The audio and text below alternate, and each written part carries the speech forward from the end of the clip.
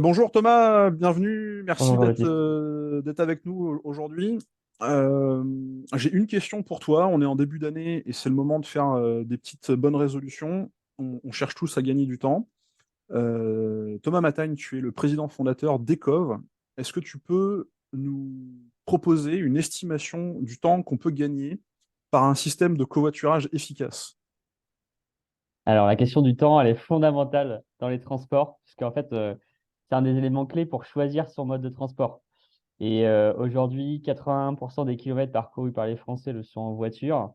Et on a une accélération du temps. Pourquoi? Parce qu'en fait, la voiture au XXe siècle a permis à chacun de se déplacer plus. Et ce qui est assez fascinant, c'est qu'en moyenne, ça peut se discuter, mais en moyenne, le budget temps est resté le même pour une Ok. personne.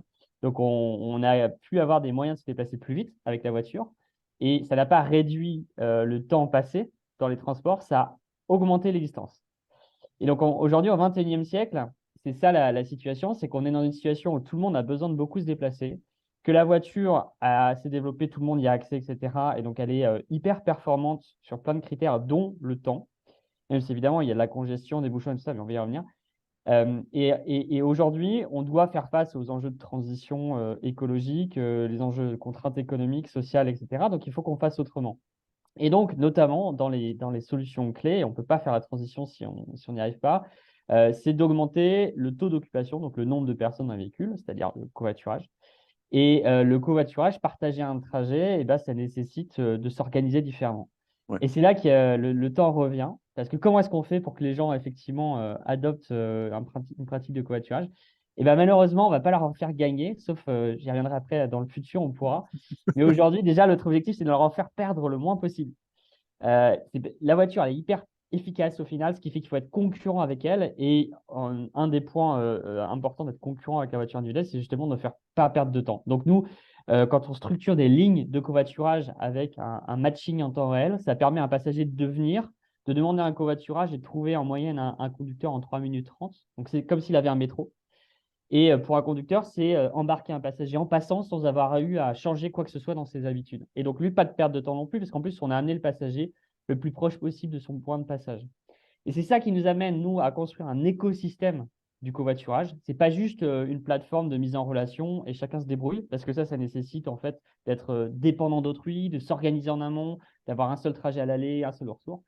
Donc nous, on fait autrement, on organise dans l'espace et dans le temps le fait que les gens peuvent mutualiser un morceau de trajet avec cette notion de ligne de covoiturage qui reprend les principes des très bons transports collectifs. Donc aujourd'hui, c'est ça, et ça nous permet en fait d'aller chercher des gens qui covoituraient pas parce que c'était trop compliqué et notamment trop de perte de temps.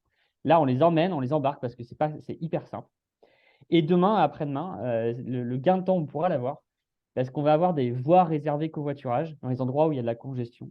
Il y en a quelques-unes en expérimentation en France, il y en a pas mal à l'étranger. Alors en France, ça marche pas très bien pour l'instant, mais c'est le début. Et en fait, là, les gens qui covoitureront pourront avoir accès à une voie qui leur fera gagner du temps. Et là, quand on fait gagner du temps aux gens, alors là, c'est le miracle, les gens l'adoptent beaucoup plus parce que le temps est hyper précieux dans la mobilité.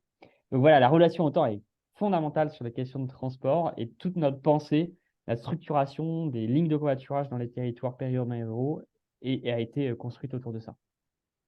Ok, bah, Thomas, tu nous as donné beaucoup d'informations, je te remercie. Ça me rappelle un petit passage que j'avais fait en Californie où effectivement il y avait Une des voie pool réservée? lanes, hein, c'est comme ça qu'ils Ouais. appelaient, et effectivement c'est quelque chose qui peut mériter d'être adopté en France. Merci beaucoup pour ton passage parmi nous Je t'en et, prie, merci de euh, l'invitation. et bonne année et à bientôt. À bientôt, très bonne année.